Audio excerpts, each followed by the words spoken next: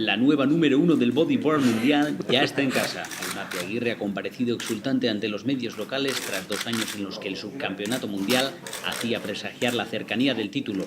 Ha sido un campeonato muy regular de la Sopelostarra, con un final de infarto en las Islas Azores.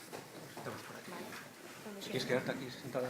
Sí, no, sabía que ya desde fui a Venezuela y Puerto Rico, sabía que allí las cosas me pusieron muy complicadas y sabía que la última prueba de Azores iba a ser escalofriante en ese sentido, ¿no?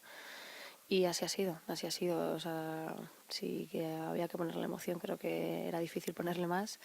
En los últimos, bueno, hasta el último minuto, ¿no? Hasta el último minuto, los últimos segundos cogiendo esa ola, el pase incluso desde cuartos, de cuartos pasa a las semifinales, semifinales pasa a la final y ya, pues bueno, ya sí fue celebración, ¿no? En imágenes, la ola que dio el campeonato a Eunate Aguirre. A falta de 5 segundos para dar por concluida la semifinal, tan solo le quedaba esa opción para obtener una puntuación mayor que la de su rival.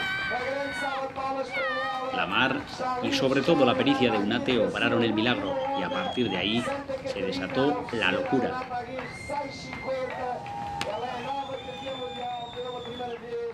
Así es, así es. Yo sabía que llevaba 2 campeonatos y de alguna forma me tranquilizaba saber que bueno, estoy ahí arriba y a veces también es muy difícil mantenerse, pero yo lo quería.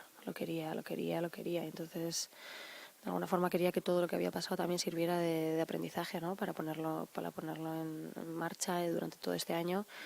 Y así ha sido. También he aprovechado pues mi momento y yo creo que me tocaba.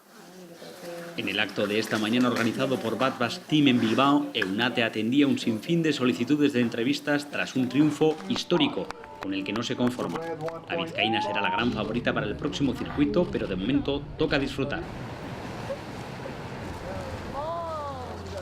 Sí, soy consciente de que al final ahora estoy ahí en el objetivo y bueno, pero es lo que hay. O sea, al final es el peso de una campeona ahora que tendré que aprender a llevarlo y a defenderlo lo mejor posible.